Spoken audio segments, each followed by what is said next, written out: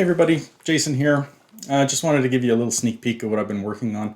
You may be familiar with the rock, paper, scissors example that I've done in the past, and if you're using the Blawx code editor, then you've got this sort of an interface here where you can drag and drop and say that this is a game and this is a player, and then use the different blocks to describe a fact scenario, and then you can run the test and find out if your code is working the way you want, which is great maybe for a coding perspective, but not very user-friendly.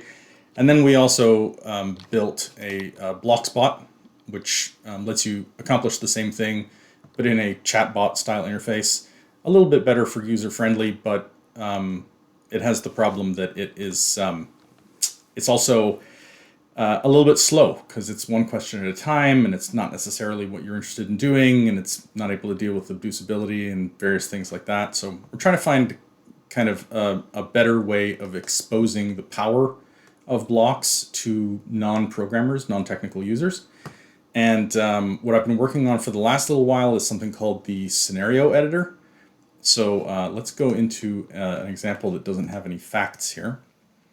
And if I run the scenario editor, you'll see I get a interview format, or not an interview, a web form, an interactive web form on the left side here.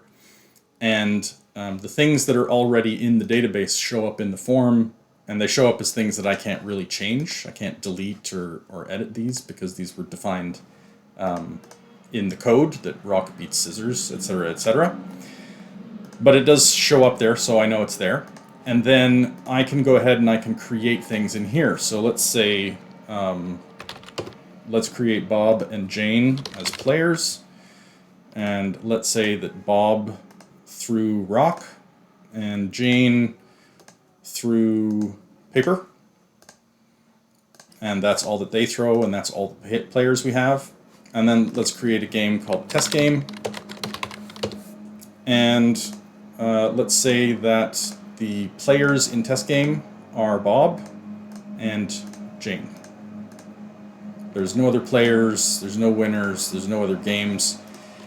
And then you can run that code, and it gives you the same explanation interface that you would get if you had run it directly inside the code editor. So this is what I'm looking at right now, is the thing that you can give people that will be useful to them to kind of see what your code does, including non-technical people, subject matter experts, maybe even lawyers, once you've got it working. Talk to you soon.